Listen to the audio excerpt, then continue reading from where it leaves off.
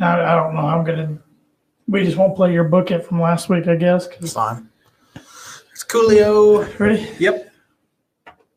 You're listening to episode 71 of the Tan and J-Man Show, and it's sponsored, as always, by Frounfelter Dental Clinic, a great family-owned dental clinic that offers laser whitening, dentistry, along with braces, implants, and your typical teeth cleanings. Go see Dr. Bill Frounfelter or Dr. DJ Frounfelter today for all your dental needs. Like them on Facebook. Check out their website, stateoftheartsmile.com. With that said, welcome to my favorite week of the year. It is opening day of baseball on Thursday. Cannot wait. I thought you really screwed up that intro when you said favorite week of the year. I thought you meant to say favorite day of the week. I didn't know where you were going with that. Day of the week. It's Monday. Why would it be my favorite day of the week? I didn't know where you were going with that. I never know where you're going with that. Baseball. I mean, yeah, I didn't know where you're going, but good intro. Good intro. Quit patronizing me. Got a lot to stop using big words. Got a lot to talk about. Not only do we have an MLB preview, we got Final Four preview. I'm going to recap Purdue's Sweet 16 loss to Texas Tech and give some thoughts on going into next year. A little NBA talk about the Pacers clinching a playoff berth. But first off, why don't you lead us off with some Birdie Bogey? Birdie Bogey. So yesterday, LeBron James scored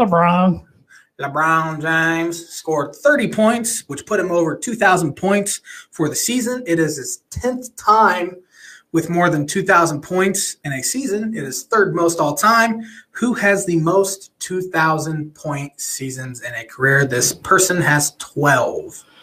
I have about 4 guys that come to mind for every single NBA question that's asked. Every single one. You're welcome. So we'll see. Yeah. I don't know. But, Boilermakers, like I said, lost. Season ended. The Texas Tech Red Raiders score of 78-65. Friday night, late game.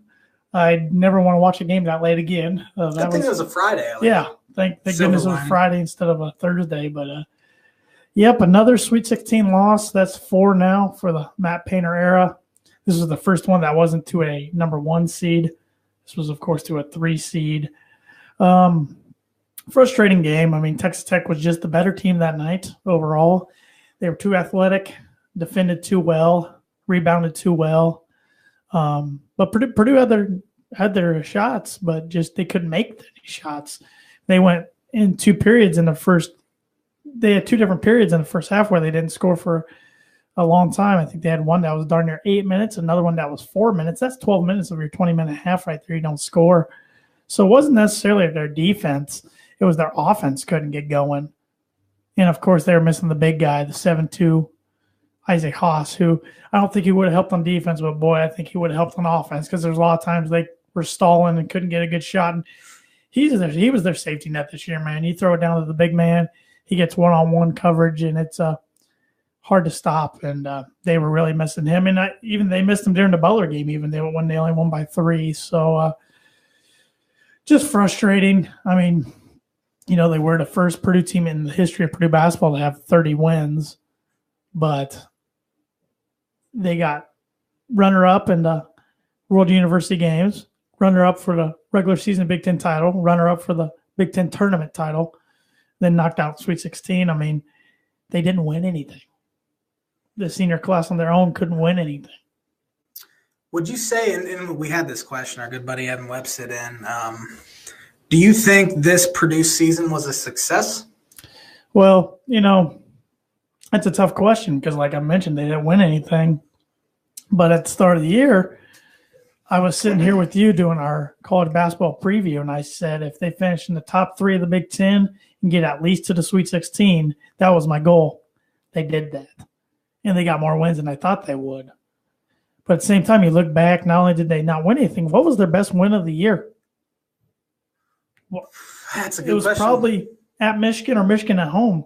But really, they didn't have that standout win because they didn't get it at Michigan State. That was their best chance to get a sexy win, and they didn't get it. It kind of hurt how down the Big Ten was because there weren't many opportunities for those huge wins, and your schedule kind of they had one of the easier schedules in the Big Ten. But, I mean, it is what it is. I mean, I think that win against Arizona and Battle for Atlantis was huge. They weren't playing great at the time, but it turned out looking good at the end of the year, but then they just kind of imploded. But, yeah, you look at it, and there really wasn't a huge win on the schedule. I mean, they did good things. They won the Crossroad Classic over Butler. They won their AC Big Ten Challenge over Louisville. They won 19 straight games, which was pretty unheard of anymore. They won 30 games, like I said, made the Big Ten Tournament Championship. So they did a lot of good things. So, and with how it ended with Isaac Haas getting hurt in the first round, it really put a damper on their tournament run. So I would say it was a success. I mean, of course, we all want more than the Sweet 16 because we're getting kind of tired of getting knocked out in the Sweet 16. And that's a lot of the Ainers, the Matt Painter haters. A lot of them are coming out saying, oh, his ceiling's a Sweet 16. He can't even lose by a single digit in the Sweet 16 because all 4 of his Sweet 16 losses are in double digits.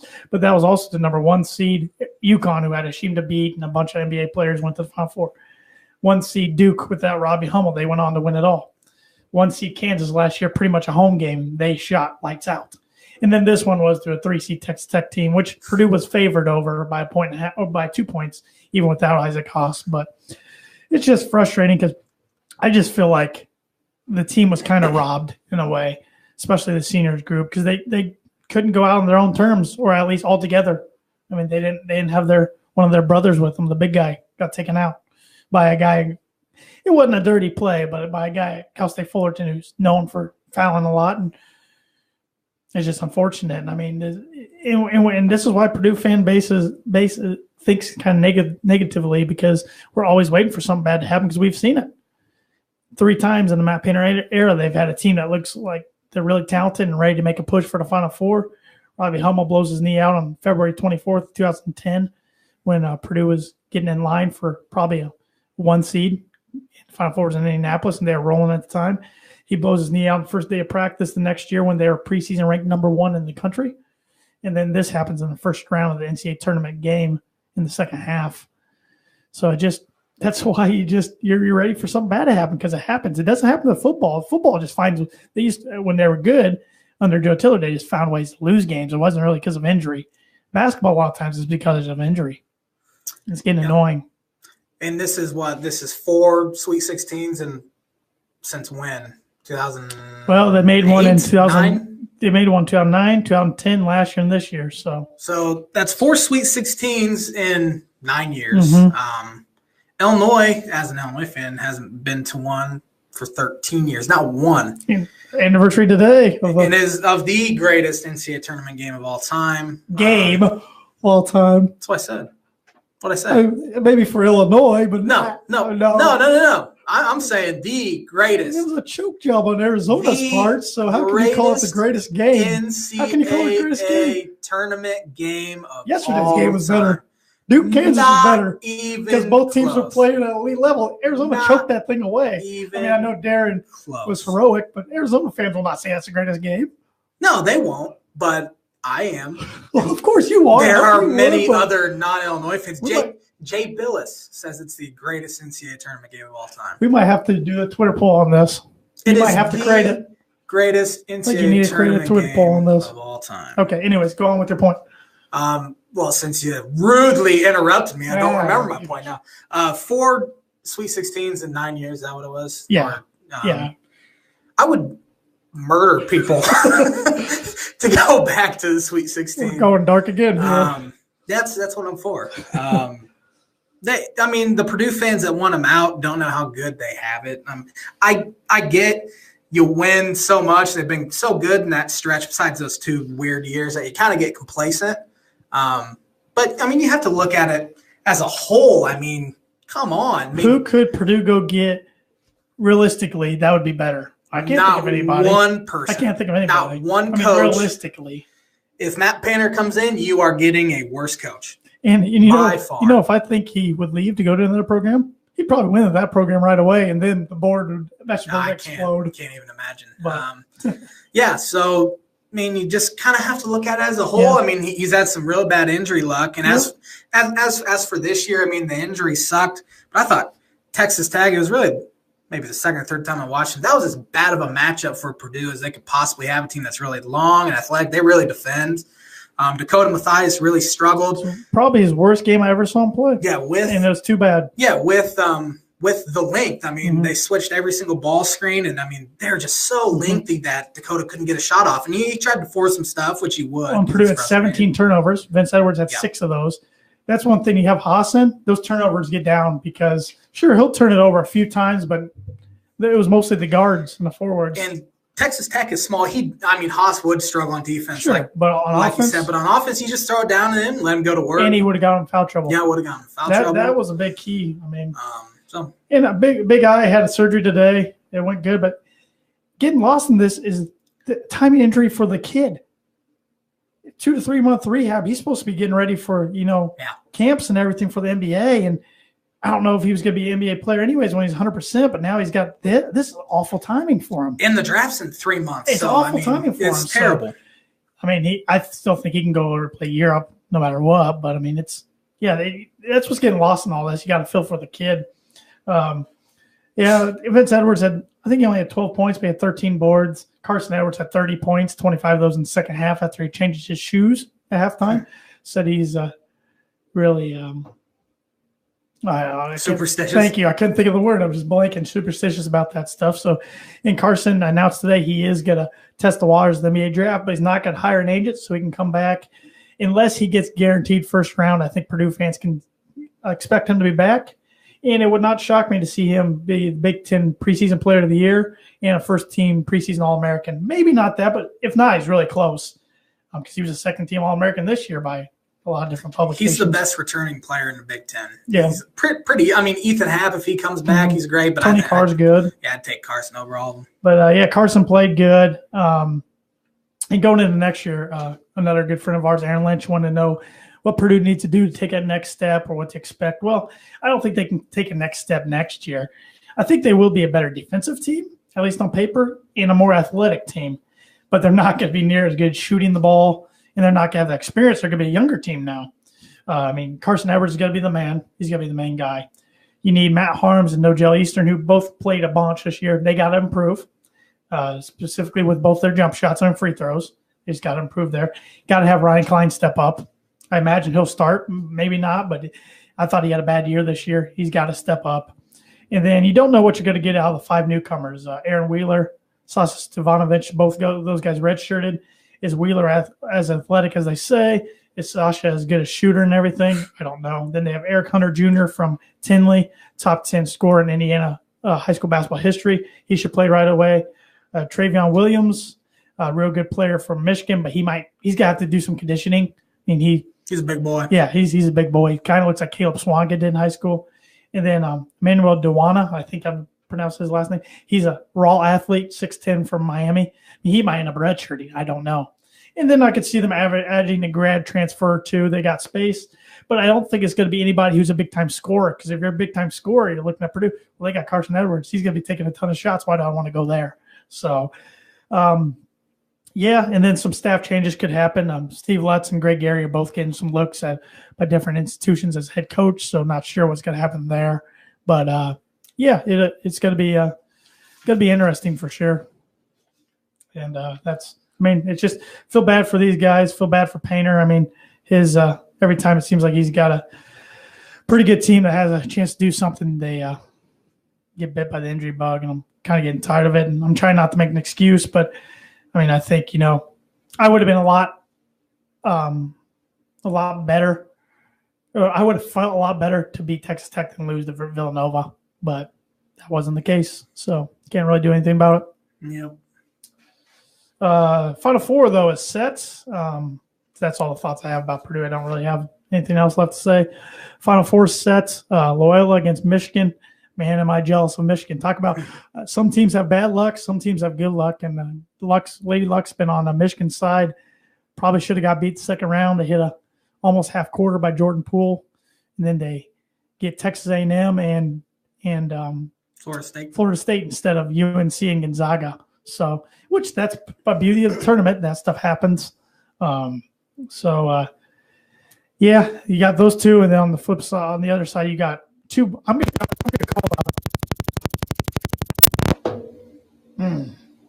That's because I unplugged my phone. Can't turn that out then. Son of a mother. Oh, my bad. Well, the levels are really low. Like, it sounds fine in our ears, but I think people are going to have to turn them way up. Can you turn my headphones down, by the way? Yeah. It's perfect. Because the levels are low. They're not even hitting the yellow when we're talking. So I think people are going to have to turn it way up. But whatever. I don't know where I left off. Two, and then on the flip side, on the other side, you got two.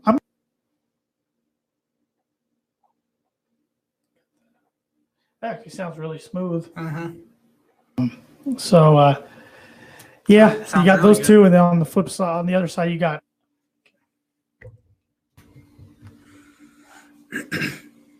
two. Shoot, started in a different spot.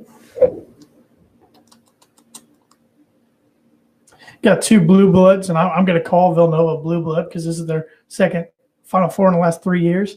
Villanova and Kansas, who just wins all the time. And then, Duke was real close to beating Kansas yesterday. Grayson Allen had a buzzer beater attempt just go off the rim. Not overly disappointing to see his career end. No. He, Duke always has a villain, and it seems like he played it really, really well and loved being the villain. But his career is over, and Marvin Bagley's career is over. Wendell Carter's career over. Out goes those guys. In comes one of the greatest, maybe the greatest recruiting class I've ever seen. Four of the top 10. 4 of the top 5. That's crazy. They'll be good again, but they played 45 minutes yesterday with overtime. Marvin Bagley only had 9 field goal attempts. He's the best player in the nation. How does that happen? Can't happen. I don't know. He struggled defensively. I didn't watch much of this game, even though the whole world did. I was watching The Office. I couldn't get into basketball yesterday. Maybe it's because I was being a little baby, but I just couldn't get into watching too much basketball. So I didn't see a ton of it, so I can't really comment on it. I saw highlights, but let's talk about Loyola. Yep. So it seems like we've kind of glossed over them a little bit. The Fighting Harry Potters. The Fighting Harry Potters, yes. The Ramblers. What a story. Yeah, 11 seed. A weird path they got to get there, but almost got bounced in round 1 by the U. Almost got bounced round 2 by Tennessee. Should have. And then Sister Jean is on their side. 98 years old. Do they beat Michigan? No. I hope they do. I hope they do. I don't want to see Loyola. I'm jealous of Michigan, man. I know they're a good team. I don't mind John Beilein. He's the best coach, maybe in the nation. I just think he's great. I'd say Big Ten, but I wouldn't go nation. Who's better? I think Jay Wright's pretty darn good. Yeah, he is. And I think Bill Self's pretty good. Screw him. I mean, there's some others, but no, he is a good basketball coach. But I don't know. I'm just jealous of Michigan. That's all I can say. I don't have anything else against them. Yeah, Purdue beat them twice this year, so they haven't lost a game since February 6th. Loyola hadn't lost a game since January 4th. Something's got to give. Make your prediction. Well, even though I want Loyola to win, I think Michigan wins. I'll say 68-60. This is the best Michigan defensive team. They've kind of struggled offensively in the tournament besides against Texas A&M where they just lit them up. But defensively, they haven't allowed more than 1 point per possession in like their last 6 or 7 games, which is just really great number. And they've played some pretty good teams in that. But I think Michigan wins somewhere 71-60. I think Loyola can keep it close. Crowd's going to be on their side. Oh, yeah. But I think if they make the championship, they're the first double-digit seed to ever make the championship. They're only the 5th double seed to make the Final Four. If Loyola does go, I still can't see him winning, but, didn't see him getting this far, obviously. No. So. And it's we were talking earlier before we started recording, this is the first Big Ten Missouri Valley matchup in the Final Four since the game that changed college basketball around between Magic and Larry. 1979, I believe. With Michigan State and Indiana State. So pretty crazy stuff. Purdue. On the flip side, the matchup of the Blue Bloods, the nightcap, who do you have, Villanova or Kansas? I am taking Villanova, and this will be the J-Man's Bucket Prediction of the Week. In the national championship, it will be Michigan versus Villanova, with Villanova winning that game. Ooh, big-time prediction there. Yeah, Villanova will win their second in 3 years. Purdue helped you get your bucket right last week. And thank you for that. Can't get the audio working for that, or I'd have that playing. And I meant to cut something out from now on when you win your J-Man's Booker to get it right. I got a nice little clip, but I don't have that ready yet. But I'm also picking Villanova to win and then to beat Michigan. I'll say let's go 74-67. Cool. As always, the J-Man's Booker prediction of the week, sponsored by Indiana Farm Bureau Insurance Agent Travis Watring. So, and here's a little message from Travis himself. So, all right. You got any other thoughts on the Final Four? No, it's in San Antonio, right? Yep.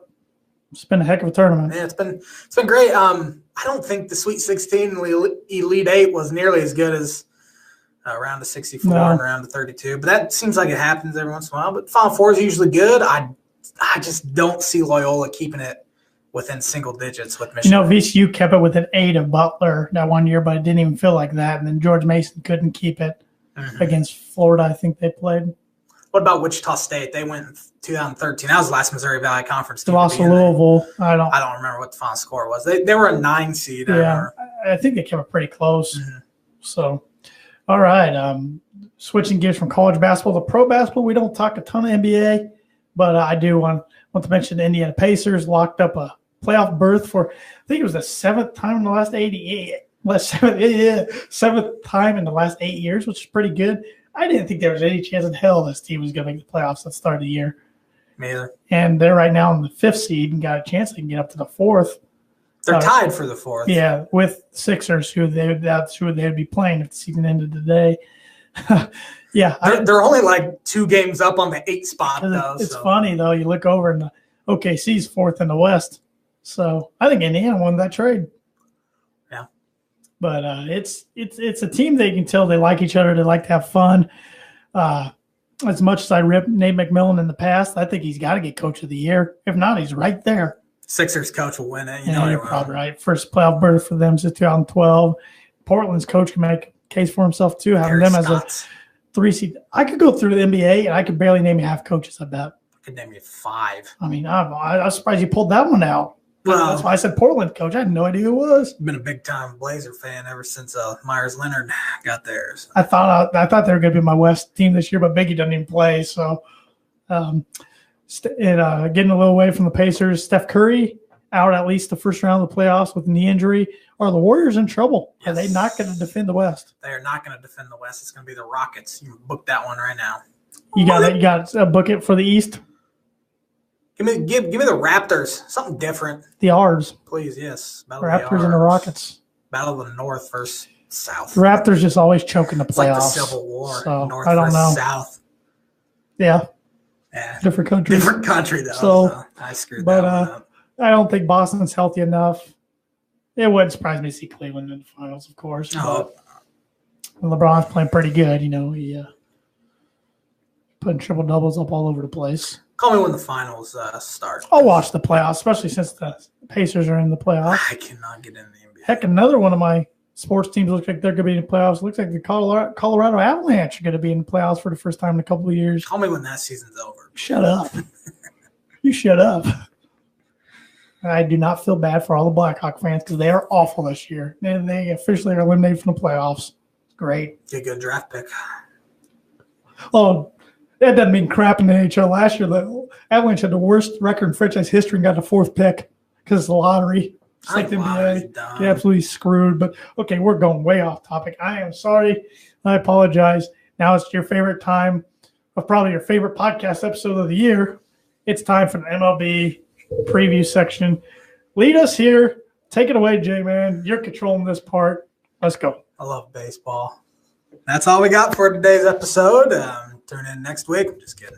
Baseball, my favorite sport, favorite time of the year. I thought you hated it. I thought you liked soccer. I hate soccer so much.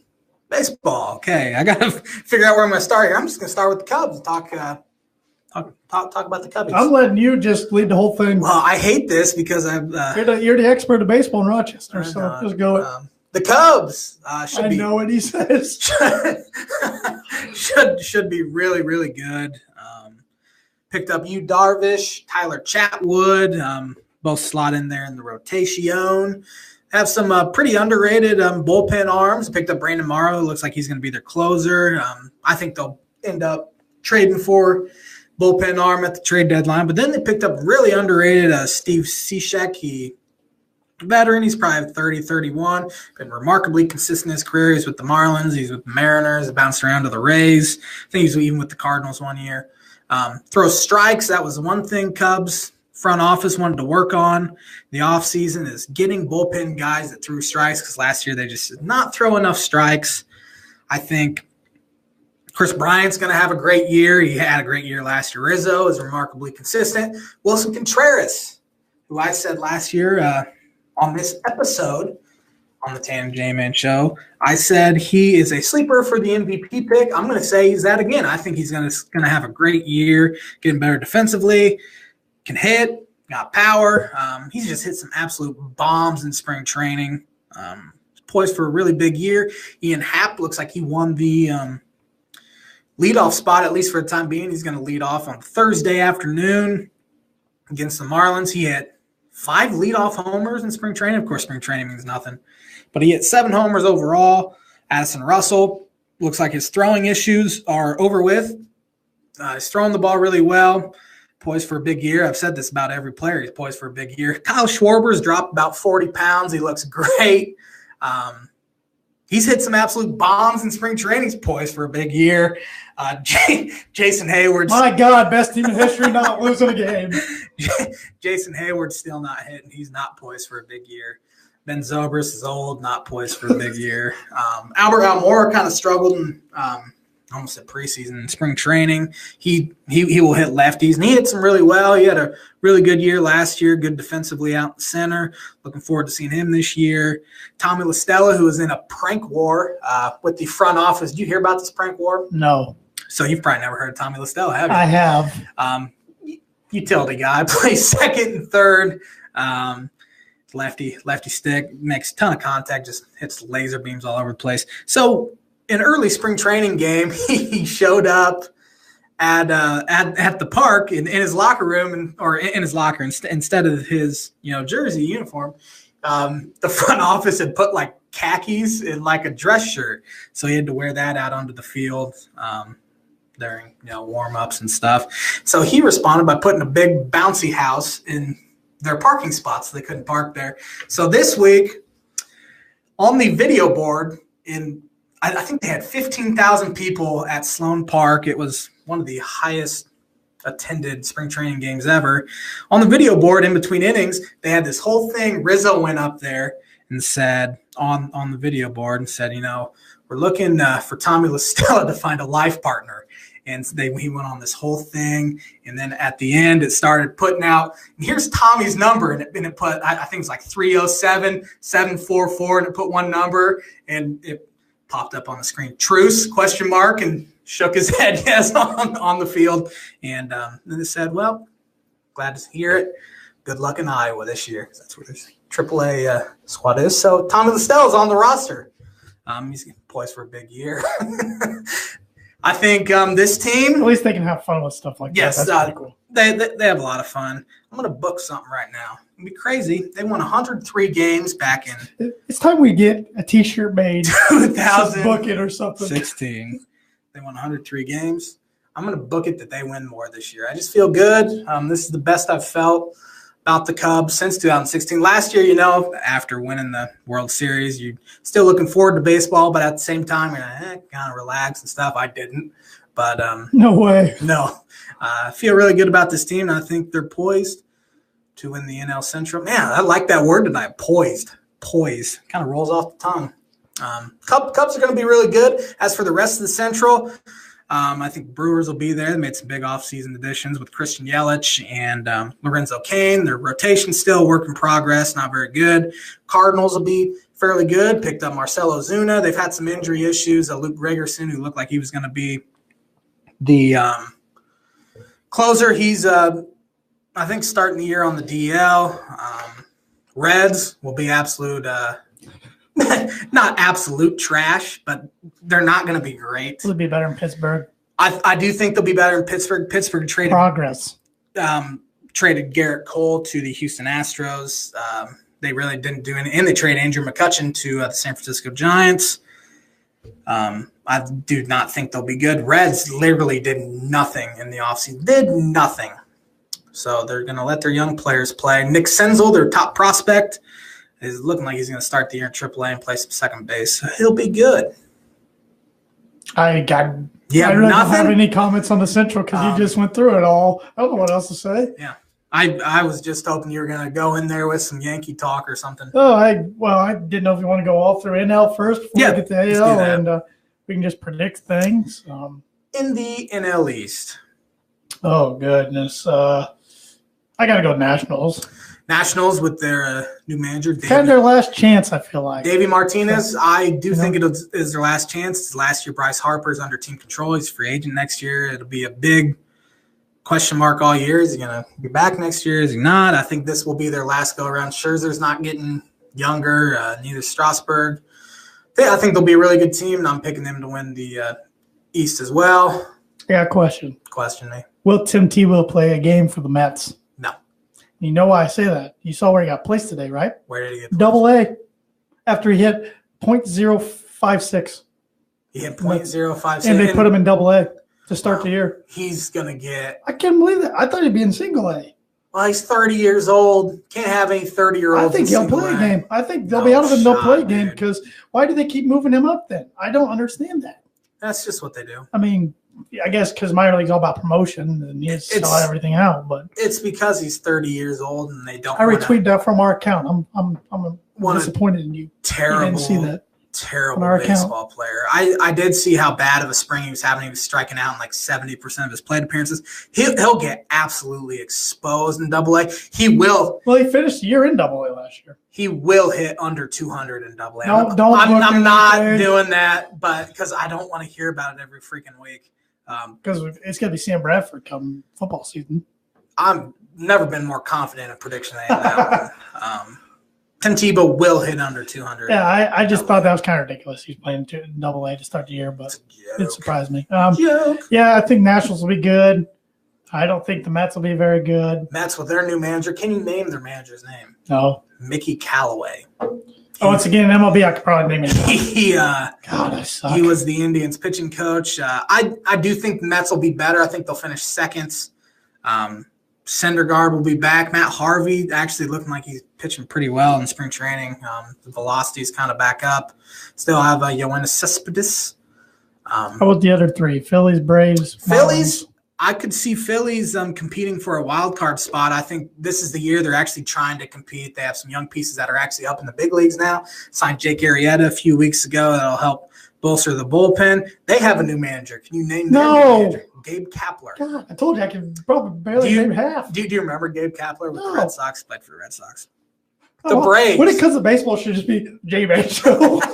Just actually out of it. The Braves will not be good. They're kind of doing what the Cubs did with Chris Bryant. They have this star, Ronald Acuna, who's just looking like he's going to be like Willie Mays or the next great thing. They're going to start him in AAA for no reason, just to get that extra year. But obviously for a reason, to get that extra year of control. Fans aren't happy. There'll be a bunch of grievances filed by the Players Association. But he'll be up within a few weeks. They're not going to be good. Now for the Marlins, Cubs open with 4 in Miami. Might be, it's not, this isn't even hyperbole. It might be the worst roster I've ever seen. Good job, Jeet. Yeah, good job, Jeets. It's so bad. I mean, get them out of the freaking state. Well, they're not going to do that now with their $1 billion stadium. Them and the Rays. Stupid. Yes. Dumb. Idiotic. They have been bit by the injury bug. They make their team even worse. Their rotation is just trash because their best pitcher, Dan Straley's on the DL. They have a couple other injuries. Real Muto, their good catcher, I think he was an all-star last year. He looks like he's going to start the year on the DL. I'm actually kind of nervous about the series because I don't want the Cubs to even split with them. I kind of want them to sweep them. But they're going to be just horrendous. And I take it you have the Cubs win the National League. I have the Cubs winning the National League. Third year in a row. We haven't even talked about the West yet, though. Oh, crap. Yeah, let's go ahead and do that. Yes, talk about the West. I can actually talk somewhat intelligently a little bit about one team in the West. I'm going to start. Dodgers will be really good again. They will miss Justin Turner. He fractured his wrist. He's out till probably late May. Did he win the batting title last year? I don't even remember. He's just a really good hitter. That'll hurt, but they're good enough to overcome it with Corey Seager and Cody Bellinger and a bunch of other pieces. And Clayton Kershaw didn't even give him a run in spring training. They're going to be really good. Second team, I'm going to say Diamondbacks. Paul Goldschmidt, stud. Does look like Greinke's going to start the year on the DL. Last time I heard, that'll hurt the rotation.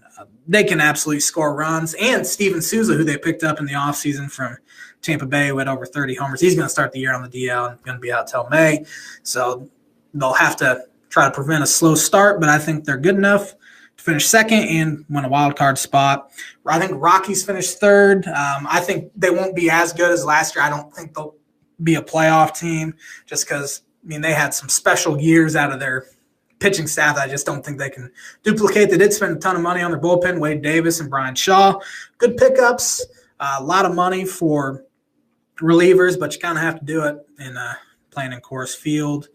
I think they'll be solid somewhere around 500, maybe a few games over. I'm still proud of my prediction last year, having them in the wild that card. Was you pulled that one out of your butt. That was nice. I'm gonna look to pull one or two picks out of my butt. Yeah, that was nice.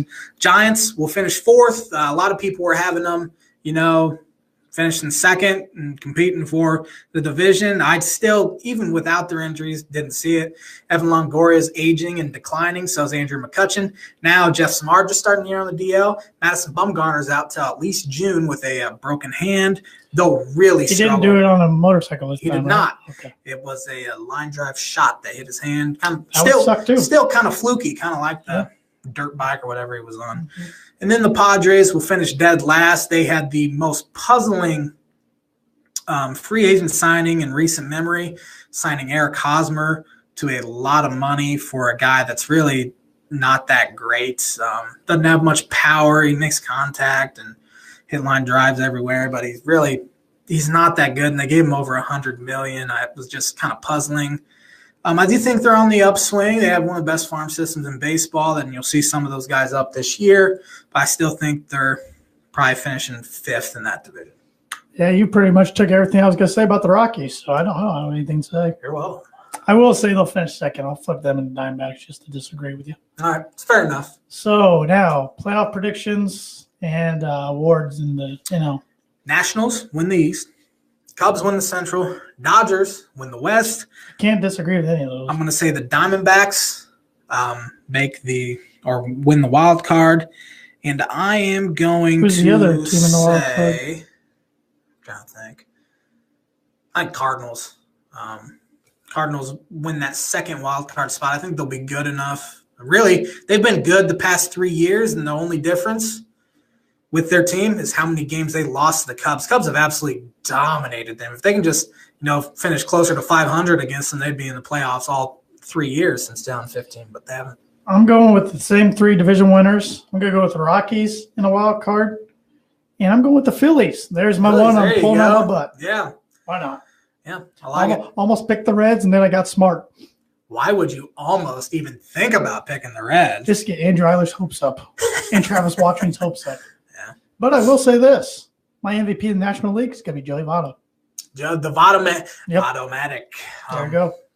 That's a good pick. I don't want to pick a Cub because I've just been – I'm a homer when it comes to the Cubs. All right. You're supposed to be good for all their teams, but the Cubs are really the only team I'm like a really, really good. Super homer because they're the only one that's any good. I don't want to pick a Cub, and I give me Bryce Harper just for the sake of it. Fair. Cy Young. Ooh, I don't want to pick Scherzer again. I picked him last year. I'm going Clayton Kershaw. He's had some injury issues the past couple years. I think if he's healthy all year, he'll be great. Absolutely great. I'm trying to think of. I'm also going to give a sleeper for Cy Young. Jose Quintana. Not many people's talking about him. I think he's poised for a big year. I'm trying to think of, I'm going to pick a Cub for Cy Young. Hendricks. Al Hendricks. Yep. Love me some. Just so. The professor. Off. He's probably not even, probably not even get honorable mention votes, but I'm going to go with that. Finished third 2 years ago. And a winner. You said Cubs. I'm picking the Cubs in the National League. Do it. You got to do it. Last year I did Dodgers. That worked too. I just said Dodgers a few weeks ago. I got to stick with them. I forgot when Andrew called in and I said Dodgers. So I got to pick them again. You don't have to pick them. Yeah, out of spite, I'm not picking the Yankees now, and I was fully planning on it, but out of spite, I'm not going to. I want you to pick them. All right. American League West. American League West. East. Well, you got the Yankees and the Red Sox, kind of top two. Those other three teams will be trash. Yes. Yeah, they kind of all had their chance a few years and kind of lost it. But you're looking at behind the plate for the Yankees. You're looking at Gary Sanchez, hit 33 home runs last year, the Kraken, as he's called. He's kind of been forgotten about this offseason because of all the publicity Judge and Giancarlo Stanton are getting. But Gary's solid, not real solid behind the plate, but he's solid when he's up at the plate to bat. First baseman will be Greg Bird eventually, but he's out 6 to 8 weeks, got hurt. I think Tyler Austin will be called up to call first because I think Neil Walker will be their second baseman. So I don't have much to say about either of those guys. Didi Gregorius coming off his best career year. He'll be their shortstop. Can he keep his power numbers up?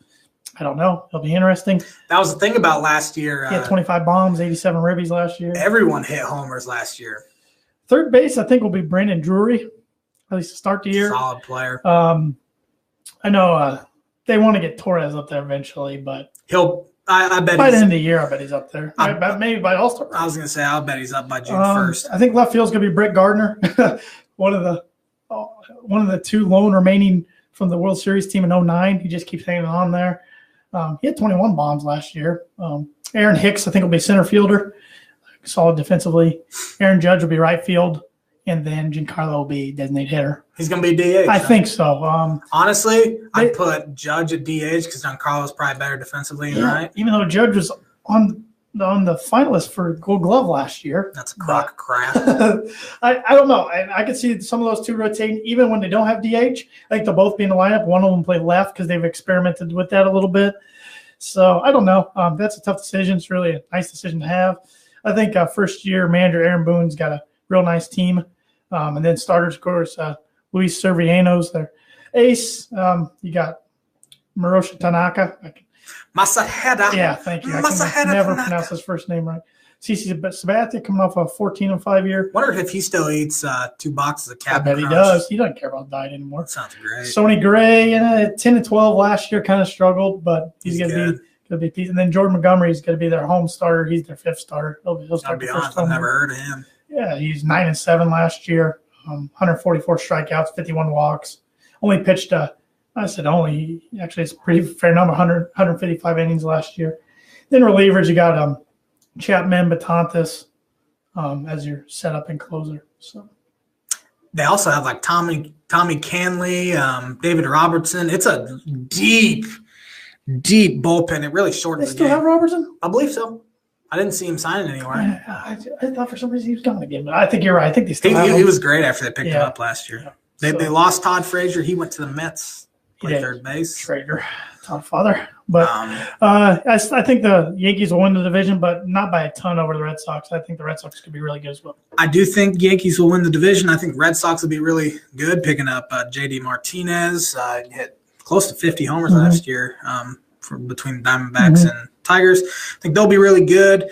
Finishing third will probably be the Blue Jays. They didn't really do much to improve their roster, and the roster isn't very good to begin with. Finishing fourth, I'm going to say the Tampa Bay Rays. Wow. They're going to be really bad. I like Kiermaier. I think the Baltimore Orioles have potential to be the worst team in baseball this year. Manny Machado will be gone by the All-Star break, probably sooner than that.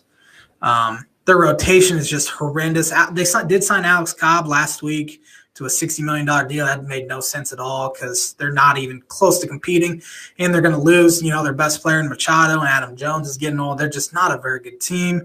So I think Yankees will win the division. I think Red Sox will be in there as a wild card team. Central. American League Central. Indians be really good again. Signed Yonder Alonso. He's going to play first base, all depending on injuries. Danny Salazar's hurt every single year. Seems like, I think he's going to start the year on the DL or going to miss a few starts to start the year. Still, the rotation is deep and good. Kluber and Carrasco and another guy I'm forgetting that pitched at UCLA, Trevor Bauer. Bullpen will be good with Andrew Miller's there, and then their closer, Cody Allen. Be good. And then Lindor and Kipnis and Jose Ramirez, who was probably the most underrated player in baseball last year. They're at third base. They'll be really, really good. They're going to win that division. Finishing second, I'm going to go with the Twins. I like this Twins team. They signed Lance Lynn to a one-year deal, traded for Jake Odorizzi. Tampa Bay, that'll help their rotation out. Their lineup's pretty good. Signed Logan Morrison. He'll play first base or DH. Maybe Mauer will DH. Hit 30 homers for Tampa Bay last year. Byron Buxton, who was a top prospect for years, finally starting to come into his own. Best defensive outfielder in baseball, and might be the fastest player in baseball. Him and Billy Hamilton in a race would be pretty darn close. He started to hit in the second half of the year. I think he's ready to take that next step and have a good year. I think they'll finish second. Finishing third, I'm going to go with the Royals. Don't like this Royal team at all, but I think they'll finish third by default. Finishing fourth will be the White Sox. So you got to give some White Sox fans some shouts out here. I know there's a couple that listen. White Sox could finish third. They'll be good in a few years. They'll be really good in a few years. They're just not ready yet. Their rotation should be better. They have one of their top prospects whose name is freaking escaping me. He was with Luke Giolito. Lucas Giolito. I think his name's Lucas. Lucas. I'm trying to remember if it's Chewy. If it's Lucas. He'll be in the rotation.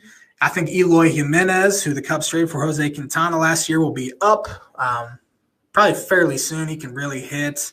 I just don't think they're good right now, but they could be. Jose Abreu might be traded by the All-Star break, by the trade deadline as well. They'll be looking quite different next year, and really probably by August and September.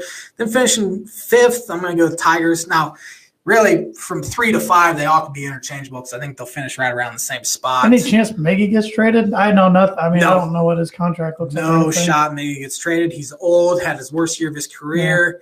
Yeah. I just didn't know if his contract, I think he's signed for 6 more years. No team wants to take that on. And it's due at least $25 million in all 6 of those years. So he's untradeable. Okay. Now he could have a really good bounce back year because he had some injury issues. Yeah. Of course, he's getting older.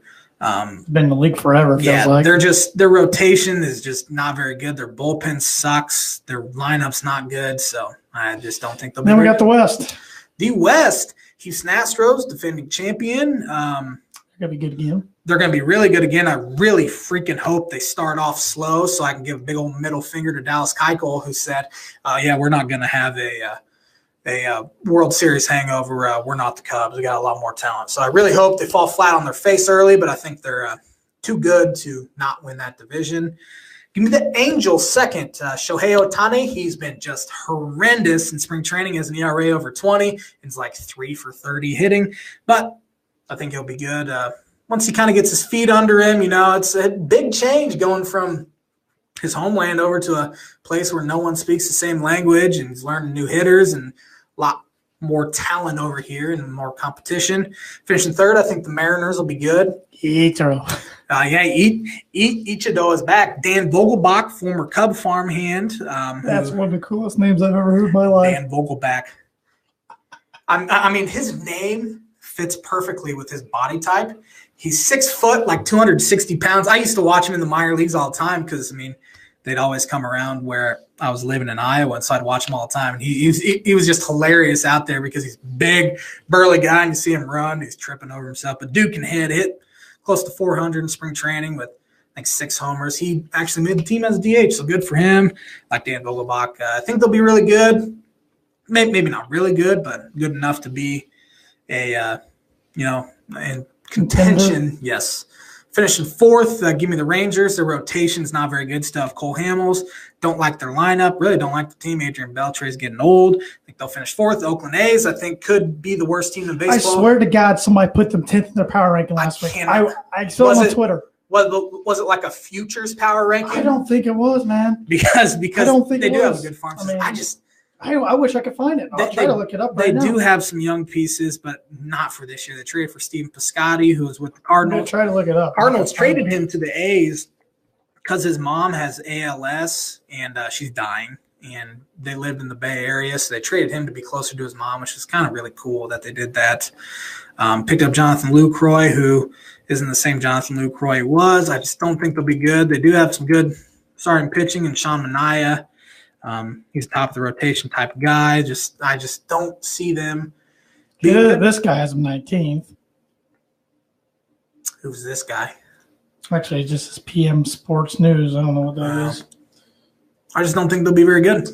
Now, my predictions are subject to change without through the year, of course. We should actually revisit these by the All-Star break at the midway mark. And no, I'm not going to be able to find it. So I don't have any idea. I'm picking the Astros to win the West, the Indians to win the Central, the Yankees to win the East, and I have the Red Sox and the Los Angeles Angels of Anaheim. I'll go the exact same, but I'll throw the Mariners in there instead of the Angels. There you go. I like it. And I got the Yankees playing the Dodgers. Last year I think I picked Cubs-Indians rematch. You did. I'm going Cubs-Astros this year. I think the Astros are good enough to repeat. I mean, Garrett Cole, they definitely are. Justin Verlander, Dallas Keuchel, and then their rotation or their lineup's just so good with Jose Altuve, who you picked to win MVP last year. I did. That was a solid. Who's your MVP this year? Even though I think he gets traded, Manny Machado. Manny Machado. As long as he stays in the AL. I didn't want to pick a Yankee. I just didn't want to sound like a homer. Give me Carlos Correa. I think I might have picked him last year. I think you did. I thought about picking him. Give me Correa. I think he's going to have a great year. Cy Young. Dallas Keuchel. Think Keuchel's going to win it? I have to think. There's some good pitchers out there. Astros have some good pitchers. So there's a guy that's getting a lot of publicity out of Seattle. It's not King Felix. There's another guy. King Felix is done. There's another guy. I can't remember his name. I just saw it today. They must have made a big move that I'm not remembering. Saw it today. It was Give me Corey Kluber. I like Corey Kluber. We already did MVP. I about to ask you who your MVP was again. And you're going Cubs over Astros. Cubs over Astros in the World Series. Games? Yes. 7. I'll go Yankees over Dodgers in 6. All right. Why not? We're probably both going to be wrong, but. Fair enough. Okay, I'm going to ask you a few. This is becoming a longer show, and there's one more thing I want to talk about real quick, but I'm going to feed you a few quick rapid-fire baseball questions off the top of my head. Let's do it. Yes, a hot dog's a sandwich. That wasn't going to be one, but okay. and you're wrong. But managers in trouble. Managers in trouble. Well, if the Angels don't go to playoffs we talk about this all the time. Mike Scioscia, it should be time for him to pack up. He's been there, 17 years? Longest tenured manager in baseball. I think he could be in trouble. Brian Price could be in trouble. He keeps hanging on with the Reds and the team. That's not his fault. They want Barry Larkin. Their fans want Barry Larkin. See, there's so much risk hiring a former legend. Oh, yeah. My teams do it all the time. That's why I'm so glad the Cubs didn't hire Ryan Sandberg back in 2012 because they would have had to fire him. And no, I'm not calling Aaron Boone a legend. I was talking about the Broncos and the Avalanche. I wasn't even talking about the Yankees. I was just saying my teams do it all the time. Thinking about the Yankees. That's what I said. I couldn't care less about the Avalanche, so why'd you have to bring them up? I said my teams do it all the time. My teams. All right. Other managers in trouble. If for whatever reason the Cubs wouldn't make the playoffs. No. Is this Madden's last year? No. He actually said it's kind of funny you bring that up because he said either yesterday, I think it was yesterday, that he wants to manage for 5 more years with the Cubs, which will put him at 68. He's already the oldest manager in baseball. It doesn't seem like it, though, because he connects with the younger persons easily. So. Who's going to lead the Cubs in home runs? Last year it was Anthony Rizzo. I'm going to go Chris Bryant. I think he hits 35 plus. I think Rizzo hits 30 or more. I think Wilson Contreras right around 30. I think Schwarber hits 30 or more. Schwarber could lead him. I think Ian Happ's capable of hitting 30 or more. It's going to be a fun offense to watch. Is there a Cub AAA prospect that a lot of fans don't know about, but they will by the end of the year? Honestly, there is not. No. Okay. The only guy that comes to mind, they don't have one top 100 prospect. His name's David Bogey. He's a kind of – Bogey? Yeah. Why does that name sound familiar? Bote. He's a utility guy, can play second, short, third, corner outfield spot. He can really hit. I think he'll be up sometime this year, and I think he has a major league future because he's versatile and can really hit. So he's about the only guy. And Quintana leads them in wins. Yes or no? Negative. I don't really care about wins. I Um, think a better question. I don't want to hijack your. I don't care. fire. Just I'm losing it in my head anyways. So a better question would be who leads them in the ERA. Oh. I'm going to say Jose Quintana. Okay. I'm trying to think of like one or two more, and I'm blanking here. I'm running out of fumes. Yeah. Gonna try to knock a ballpark off your list you've never been to. Sounds like I'm going to go to Safeco Field in Seattle in knock May. That one off? So knock that one off. I haven't been to too many. I've been to Tropicana, been to Wrigley, I've been to Great American, been to Miller Park, been to Comerica Park in Detroit, been to Yankee Stadium, took a tour of Fenway. That counts. Been to Chase Field in Arizona. Been to quite a few, man. I guess. Never been to Cleveland or Never been to Cleveland or Kansas City or White Sox. Believe it or not. I've never been to Sell. Nope. Oh, guys, guaranteed rate field. Guaranteed rate field with an arrow pointing down. Don't even get me started. Been to Busch Field too. Been to Busch We were just having to talk about that, how stupid these sponsorships are of stadiums and arenas now. There was something I was going to ask you, or not ask you, but say maybe last week. Now I forget what it was, but since 2009, I forget the context of this statement was, but since 2009, the Dolphins have had 7 stadium names. No way. It was Dolphins Stadium, Dolphin Stadium without an S, Sun Life, Land Shark. That's cool. Back to Dolphins, back to Dolphin. Then it was New Miami Stadium, something like you'd see on Madden, and now it's Hard Rock.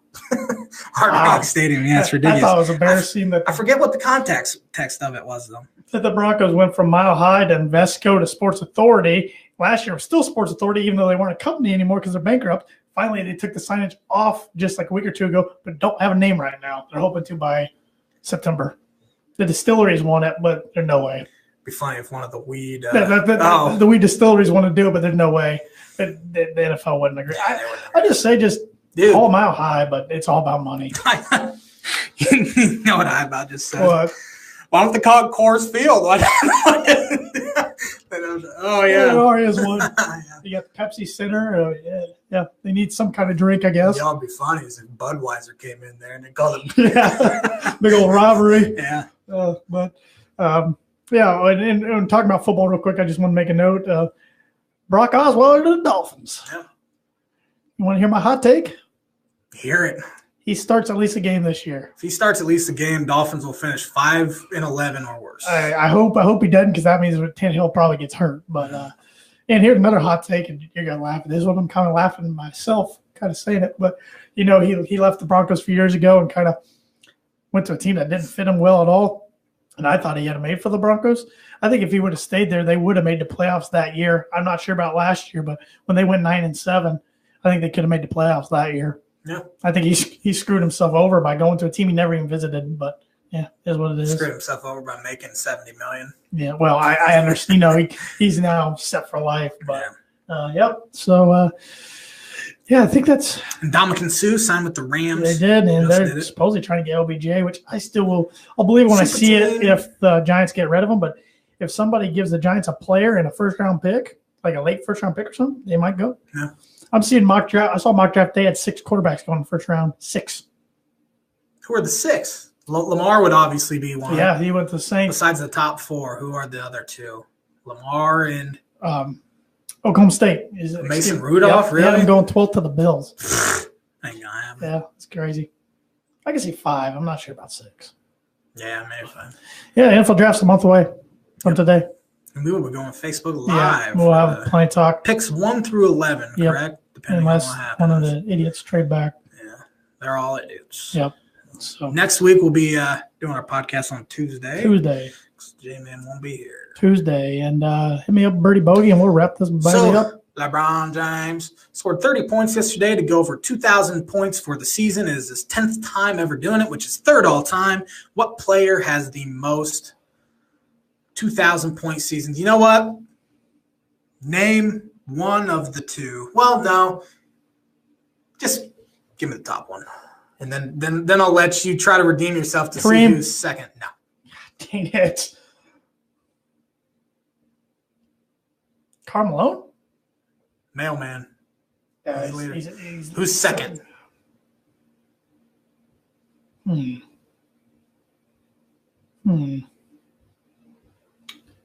it's not Kareem. Karl Malone had 12. This player had 11. LeBron has 10. Larry? Did Larry even play 11 seasons? Just tell me. Michael Jordan. Oh, my God. Well, he's so obvious to everything. I just forget about him. But, okay. I thought that was a good question. It is. I thought so many players. Wilt comes to mind. You think, they didn't have 3-point line, even though he didn't shoot threes. So that wouldn't happen. And yeah. So, got anything else before we wrap this baby up? No. All right, that'll do it for episode 71 of the Tan J Man Show. Thanks for listening, whether you're listening on SoundCloud, TuneIn Radio, iTunes, or Google Play.